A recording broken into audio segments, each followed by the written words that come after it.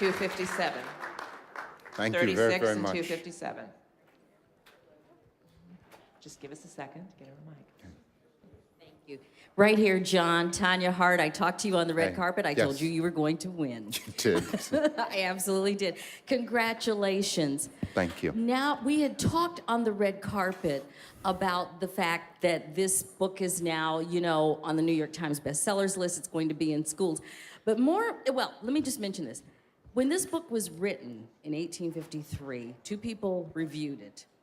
Harriet Tubman and Frederick Douglass reviewed this in 1853. What would you say about that now as you stand here with an Oscar for writing a screenplay about this?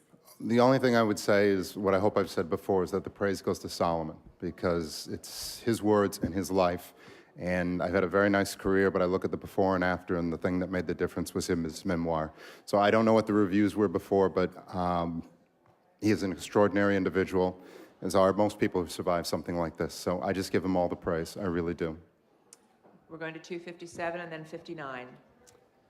John over here, Adam Hey. Berry with BuzzFeed. Hi, congratulations. Thank you very, very much. I wanted to get your thoughts on the fact that you are the only the second black person to win this particular, the Screenplay Academy Award, and Steve McQueen winning for Best Picture makes him the first black person to ever win that particular Academy Award. What does that mean to you?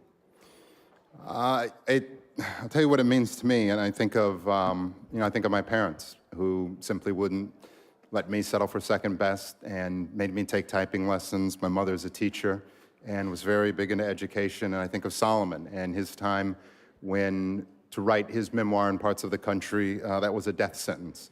So to be able to stand here and adapt that work, I know there are a lot of people who made this opportunity. I'm very proud, I'm very humbled, and I'm very hopeful for the future. I may only be the second, but I know there are so many people out there of so many different kinds and stripes, faiths and orientations that have stories to tell, and I'm so thankful to the Academy and to so many people in it who rewarded this story, not so much for me, but for people like Solomon. We're going to 59. Hi, John. And we'll go to 82. Congratulations. Been a big fan of yours. Thank you. I know Tanya touched on this a little bit, but this book is on bestseller lists. It's back in curriculum in schools in some areas. How does that feel to bring a book that's kind of was dropped off, circulation, and now that this important story is now being shared with, students around the world? I want to be very clear about something. Before I started this project, I didn't know Solomon's name.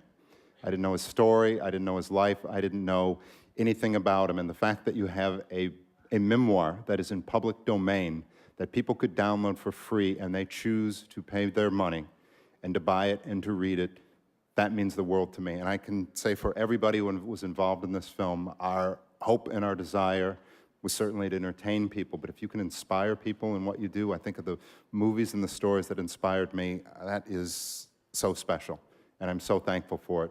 It makes a difference when people choose with their pocketbooks and that people want to put out their hard-earned money for Solomon's story. That means the world. We're going to 82 and then 92.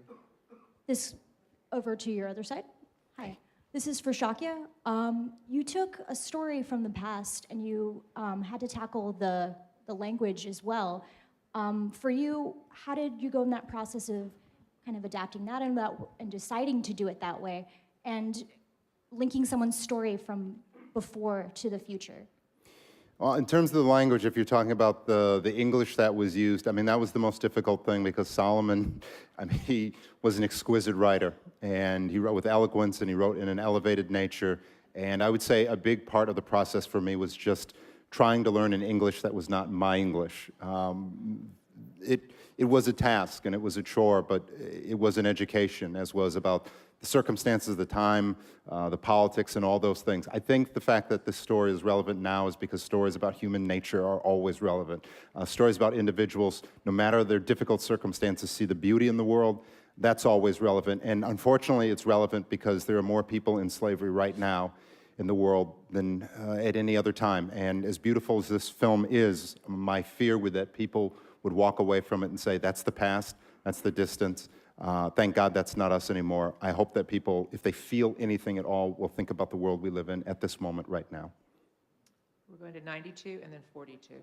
Hi, John, right in front of you, Samantha Foley Prince, UK Press. Congratulations on this award. Thank you. So I'm curious now. We don't know what happened to Solomon Northrop, and I'm just curious, through all the research that you did to make this movie, to adapt the screenplay rather, did you come across any clues or any hints to what could have happened to him? No, I have no idea, and I was able to speak with Professor Skip Gates, who probably knows more about this subject matter in this area of history than anyone, and it's just one of those aberrations of history that someone who led a wonderfully ordinary life and then had 12 years taken away from him and came back and became a pillar of the abolitionist movement and a speaker and a motivator, just for some reason slipped through the cracks of history. We know the circumstances of his wife's death. We know that passing. I hope that there are people who are more accomplished than I that because of all of this may go back and find what happened to this individual, just where he is and where his final resting place is. He deserves that. He really, really does. We'll go to 42 and then 17. Hey, sir. Yes, sir.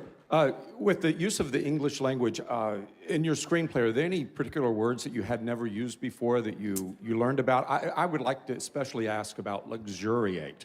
Where did that come from? Luxuriate, I mean, that is a word that I know, and I think just the use of it in that particular circumstance, I tried to layer in a way that was commiserate with the way Solomon spoke. There were other little things like, just off the top of my head, a draw, things that I didn't know, or there was a line that Paul Giamatti's character spoke, not so much a word specifically, but he talked about my sympathies stretched the length of, originally it was stretched the length of a bill, and just in my research I found out that paper currency wasn't in circulation at the time.